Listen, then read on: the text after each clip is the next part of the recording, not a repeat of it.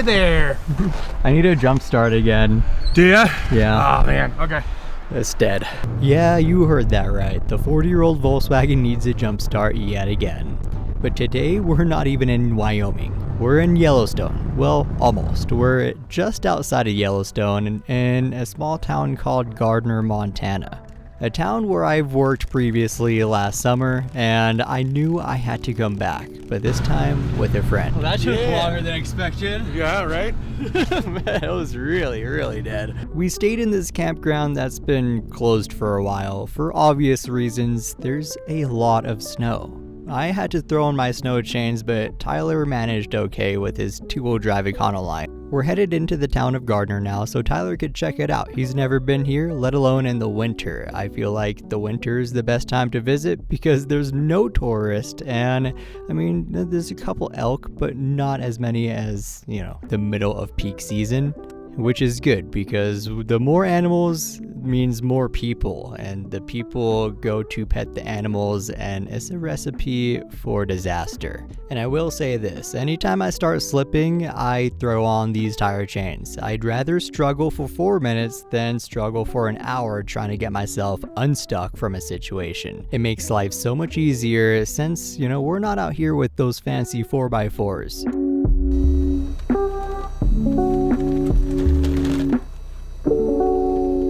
How rude of me, I haven't even introduced myself yet. My name is Sebastian, I live in this 1985 Volkswagen Vanagon. Yeah, it's two-wheel drive, yeah, it's turbo diesel, and no, it's not reliable. I've been doing so off and on for the past couple years, and hey, it works, and it allows us to visit places like this. Hey, is this your first time to Yellowstone? Yes. Yeah, oh, well, welcome. Oh my goodness. I saw the sign. Time to go. We're here in Yellowstone National Park. Yes, it's winter. It's way better this time of year because of the lack of people. I know it's hard to believe, but for some odd reason, no one visits this portion of Yellowstone or the region in the middle of winter. What a shocker. And it makes the experience just that much better.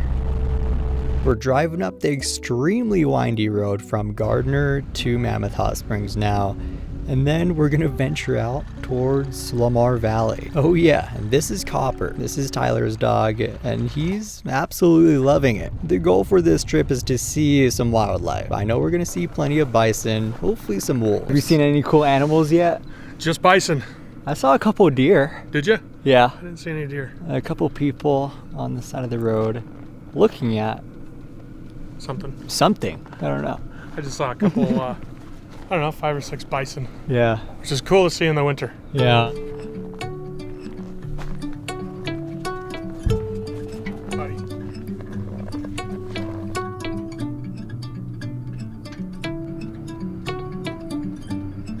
A fun fact about bison is that they slow their metabolism in the winter. Conserving energy when food is scarce, they can also endure powerful blizzards by hunkering down and letting the snow insulate them. Think about that. When I get cold, I just turn on my diesel heater, and if I'm lucky, it actually starts.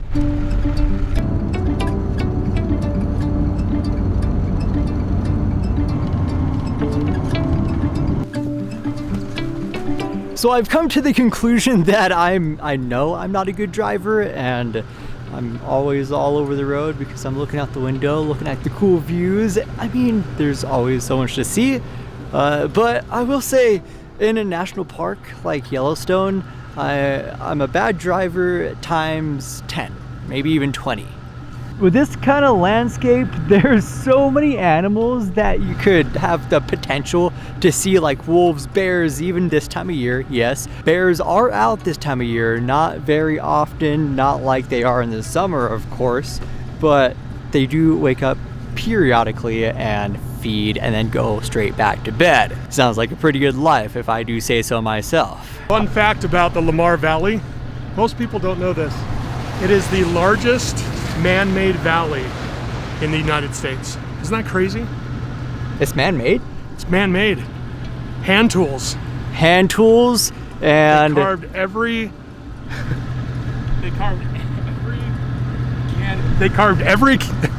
I can't do it. Can't do it. Can't keep the lies going. They used, those lawn mowers, but they don't have a engine. they're just like... Oh, the old school rotary? Yeah, you spin the wheel and it chops the grass. They used that, but to just clear one. out all the trees. Before they made the valley, it was full of trees. Must have taken forever. But hey, it was totally worth it because the view is insane. Hashtag truth. Okay, Tyler, we know that isn't true, but if you do want to come see penguins or the landing zone where the aliens came, then Lamar Valley is your spot.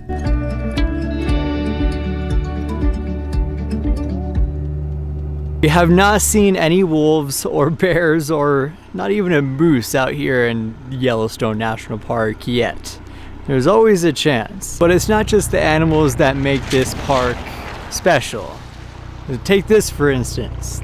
This is Soda Butte, the remnants of a once active hot spring that long since dried up. It was formed by mineral deposits from thermal water. Scientists aren't exactly sure why it dried up, they just know that it dried up. Now that we're getting into the northeastern part of Yellowstone National Park, we're in this old growth wooded area and it's really easy to spot moose and foxes and even coyotes out here. And I think there's a wolf pack or two in this area as well. We just passed a moose. That's what got me thinking where we are right now. The northeastern part of the park is also one of the least visited places in the whole national park due to its remoteness. This is pretty far out here and this road leads to Red Lodge, Montana, but that takes a couple of hours and is completely inaccessible during this part of the year. We're just now rolling into the beautiful little towns of Silvergate and Cooke City, Montana. Sitting at about 7,600 feet in elevation, this place is nestled deep in the mountains and is resident to very few people year-round.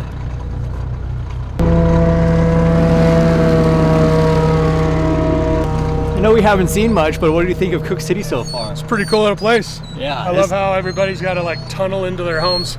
Crazy. There's an insane amount of snow. Jeez.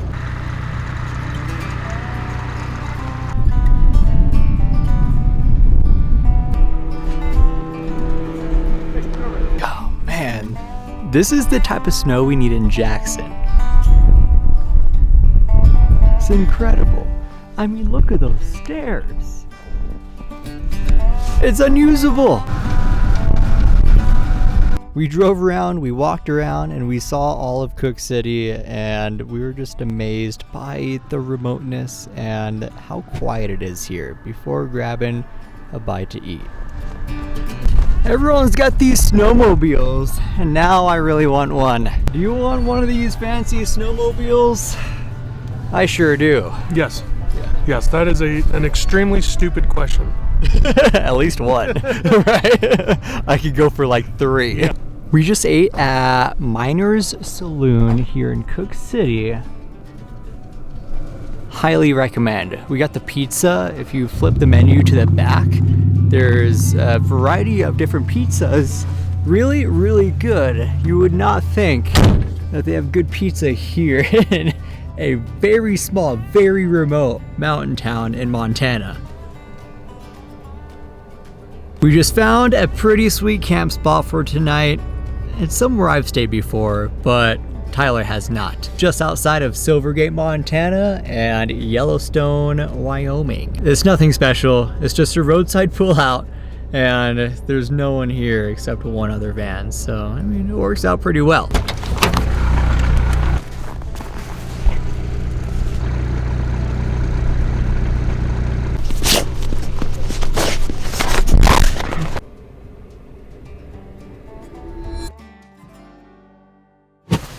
Kind of feels like spring is almost here. Past couple mornings, it's been pretty toasty inside the van when I'm waking up. Well, except yesterday when my heater was completely off. That sucked. Now, I was under the impression that winter was gonna be like half of the year long, but hey, these temperatures are warming up and it doesn't feel too bad outside now.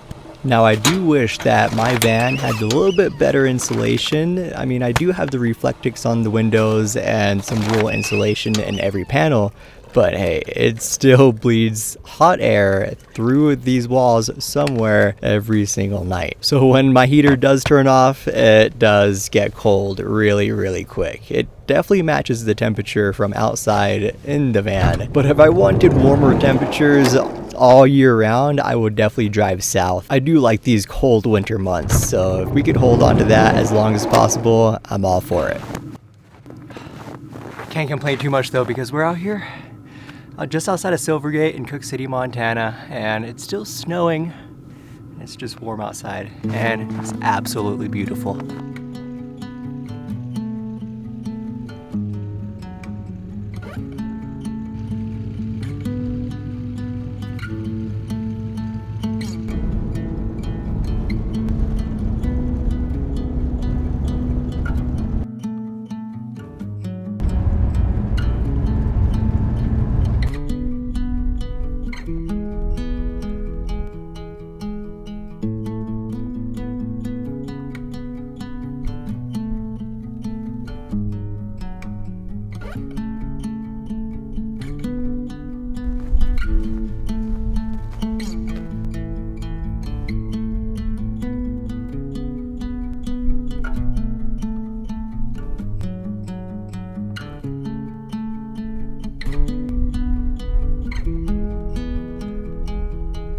Man, this snow is pretty deep. I think I got up to my thigh in snow in certain areas. It's pretty crazy. But I'd say it's pretty worth it because the views of Yellowstone are absolutely unbeatable. You might think we're crazy for coming to such a harsh environment in the middle of winter where there is so much snow and so many cold nights. But hey, it's definitely cool in the summer, but the amount of people here is insane. I know you've heard me say that so many times. It's not that I don't like people, but experiencing such vast wilderness in a time of year where there are very little people, it's different. Also, it's so much easier to experience these places when you live in a vehicle that allows you to visit these places. Pretty cool. So awesome. Trying to get my lens for my phone lined up with the binos. Oh yeah. It's not working too well. But it does work. You gotta first trick is you gotta find out which lens is going through when there's multiple. And then once you finally get it, it switches to the other lens because it's not focusing fast Exactly. Yeah. 5 minutes in. 5 minutes in. We'll see. This is what we do to get the shot when we don't want to spend the telephoto lens money. How's Copper doing over here? How you doing, Copper? Whenever he sees anything bigger than him, he just wants to go chase it and have fun and play. But the wild animals out here aren't here to play.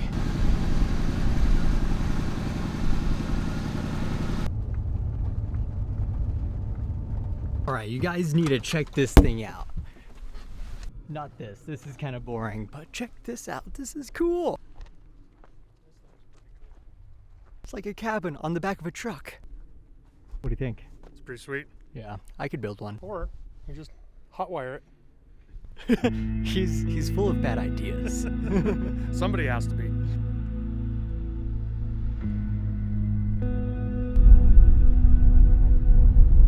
Yeah. We're out here checking out Canary Springs over in Mammoth Hot Springs, and I don't know how he's doing it, but Tyler's in a t-shirt. I'm fine. He's not fine. I'm cold and I got a sweater and a jacket on. No way you'll catch me out here in a t-shirt.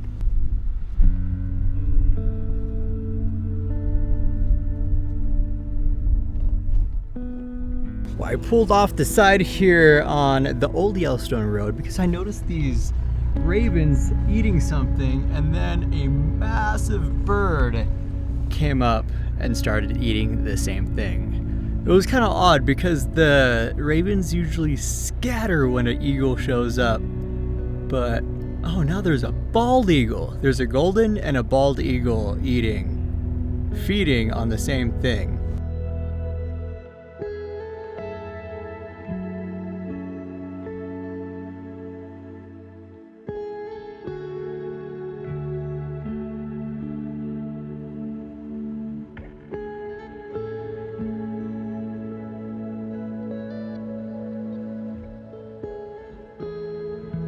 Yeah, I think that's one of the coolest things we've seen on this trip so far. We've seen coyotes, we've seen moose, and now this encounter with 2 golden eagles and a bald eagle. There's another golden eagle flying overhead, just waiting its turn to swoop in and start feeding. I'm sure if we waited long enough, we'll see a lot more than birds. Unfortunately, that is not an option because we have to drive all the way back to Jackson, Wyoming today. And it's already like 2 p.m., so it's gonna be a long drive.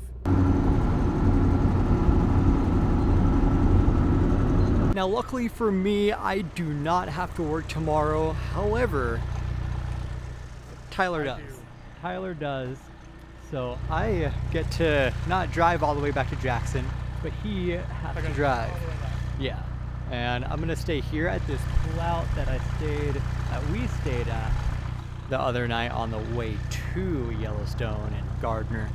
But I did develop this clicking noise that's speed related somewhere under the van. I looked and both my axles are still on and the boots are not ripped. I don't know, it was getting pretty loud. Really? Yeah. Oh. So I'm not too sure. That's why you're going so slow. No, I was going as fast as I could. Trying to keep up here. Trying to keep up. It's got this nice fancy 40 Econoline. Come on. Light and this light. Missing something. Yeah, let's plug these in. Okay, and we're looking good. My ski poles fell down as usual. Guys, look, I got a freaking air fryer. It's pretty big. I need to get it out of the box. My idea was I'm gonna put that in this cabinet right here and maybe put it on a shelf that I can slide in and out, but there's a bunch of junk in here right now that I need clean out. And yeah. Oh, how am I gonna power this thing? Well, I got a new battery. It's on the way. I haven't gotten it yet, but it's on the way. I'm excited about it, and it's going to be a freaking game changer. I could hear Tyler. He just started up his van, and he is out of here. Yeah, I'm so glad I don't have to work tomorrow. Anyway, I'm gonna go to bed. It's a lot of driving today. Not as much as he has to do, but it was still a lot of driving. And I'll see you guys in the morning.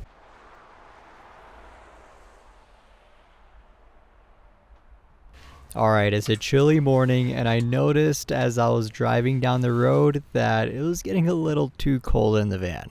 So I crawled underneath to see why my diesel heater shut off again. And what I discovered was that my fuel line for my diesel heater was resting on the exhaust for the diesel heater. I'm not a smart man, I know that, but I do know this needed to be fixed immediately.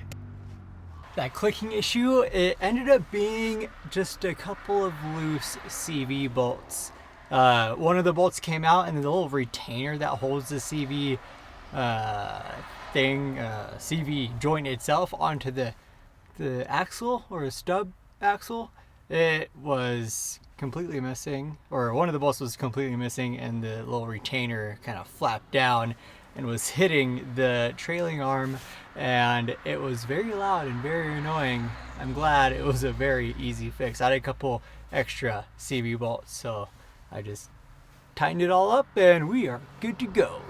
We're almost back to Jackson. I just need to drive up and over Teton Pass. Not looking forward to it.